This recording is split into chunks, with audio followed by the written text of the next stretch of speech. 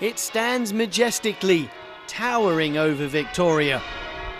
82 years of worship, generations of congregations. Christchurch Cathedral is draped in history, both a pleasure to the eye and to the ear. First things first, 71 narrow steps up the bell tower. It's the 10 bells that call out to the heavens. In a place you don't normally get to see, until now. Each bell ringing out vibrations as large and prominent in exhibition and arrangement as the building they are broadcast from.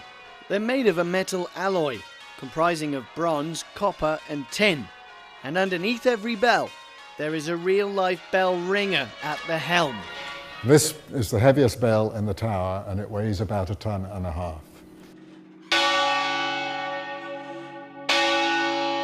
If anyone knows the ropes when it comes to ringing, well, Alan Batten's been a bell ringer for nearly 62 years. 50 of them here at Christchurch. The ringing starts by going down the scale.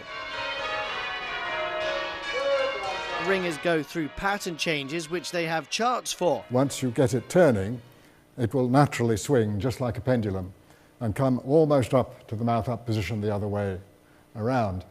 And as it's doing that, this rope comes down to the floor and is then drawn up again. And the aim is to create a pattern of sound by changing the order of the bells.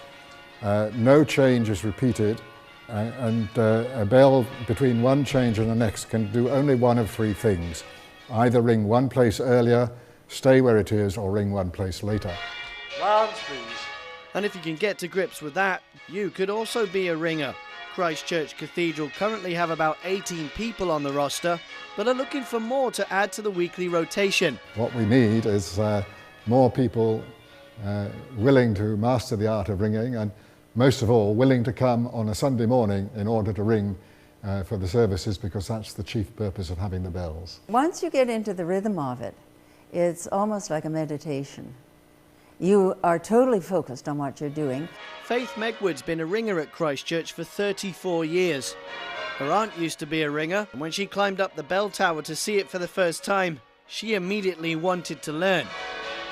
A similar story with Robert Boyd, who at the age of 24 is the future of bell ringing in Victoria. His fascination with the big loud bells began when he first visited the Christchurch bell tower at age 7. He's been ringing here since age 10. The ringers practice once a week, but not just for church services, for special occasions as well, like ringing in the New Year. And get this, they sometimes even ring out for funerals. Might seem a little odd to ring for funerals, but some people choose to have the bells at a funeral. Now I'm a pretty lucky man, because they're going to let me go where they usually don't let visitors go, to the bells. While 2 of the newer bells were installed in the 1980s, 8 of them date back to 1936. They're celebrating their 75th anniversary this year. They are loud, and you definitely need ear protection in the belfry. Oh, and you must keep the door closed. From Christchurch Cathedral in Victoria, I'm James Green for The Daily.